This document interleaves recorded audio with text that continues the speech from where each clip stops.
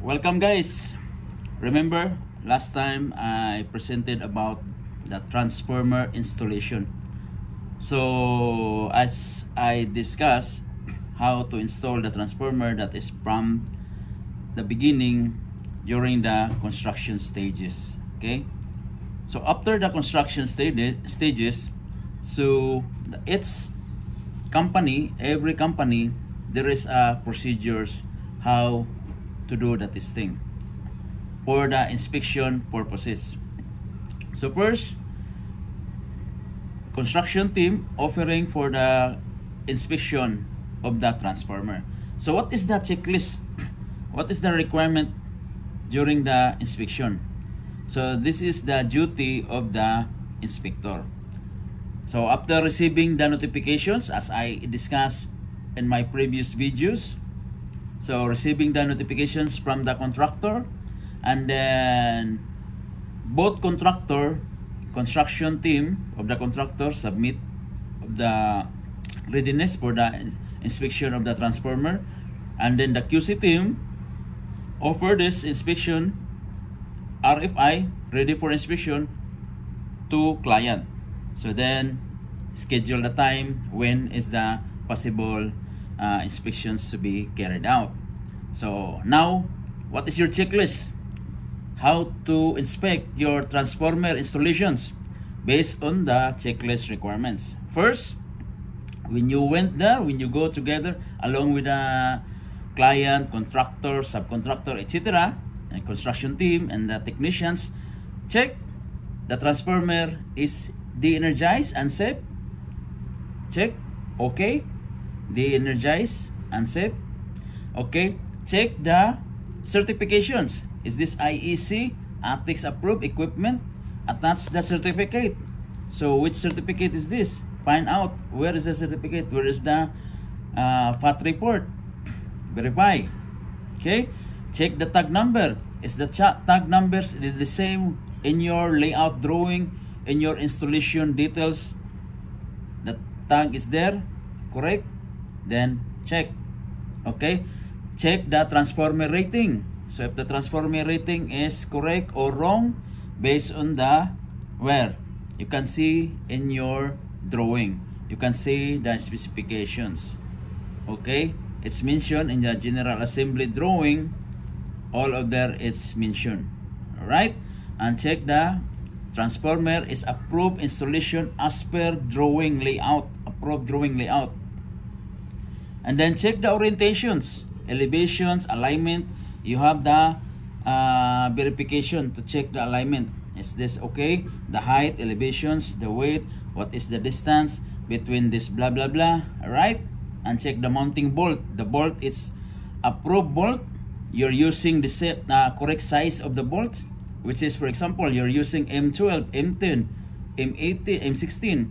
So you need to check the bolting. So bolt is totally locked, protected with any insulations, etc. It depends on the installation details. You verify, check the bolts, okay, and check the electric level of correct without leak, any leak. Check the oil, maybe there is a leaking. Check any parameters, all surroundings of the transformer. Maybe something is broken, maybe the relief valve, or maybe some touch up pin that's to be carried out again, right? Okay, check the electrical warning sign. So is this electric is there, warning, hazard, etc. Verify, and check the, when you open the compartment, check the terminations is all okay. Maybe missing terminal, maybe missing relays, maybe missing circuit breakers. Verify the breaker ratings. All right, and what kind of enclosures. This is all your checklist to need to check. Confirm any losing items, maybe cable gland, maybe missing blind plug. Okay, and check the tap changer selector. If there is a tap changer selector, verify the tap changer. Okay, and then the check also the earthing. So earthing bolt is there. connections of the earthing, what kind of earthing that that contractor use, what is the earthing, either braided, what size of the earthing. So this is the most important. And then the drain plugs, the bulbs, its proper tightness, and etc. So, and then as the loose materials, if any loose materials for the transformer during the delivery, during the FAT, check all of this, okay, information. So if you found any discrepancy, write the punch list. So punch list agree between company and the contractor, client and the contractor, subcontractor. Agreed. This is the punch list. Write it down by category A, B, C. It depends of the categorizations of your punch list. Either A, either B. Alright? So after that, that is your installation inspection. That pre-verifications of your equipment installation of your transformer. So after that, finish. Then another RFI for pre-commissioning testing. So what do you mean that? So after installations, you check everything as per the checklist. The contractor again offering to the client for pre-commissioning testing. What is that? Testing of the equipment and the cables itself. So what do you need to check? Either the primary of the cables, secondary of the cables, and then internal cables, is the connection is correct. Check the resistance, phase, neutral, earthing. You need to verify that kind of testing. So phase 1, phase 2, phase 3, phase neutral, and check also the insulation resistance. Alright, that is the insulation resistance. Check the continuity.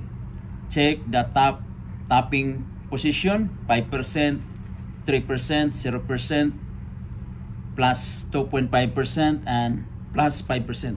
So this is the part of the pre-commissioning.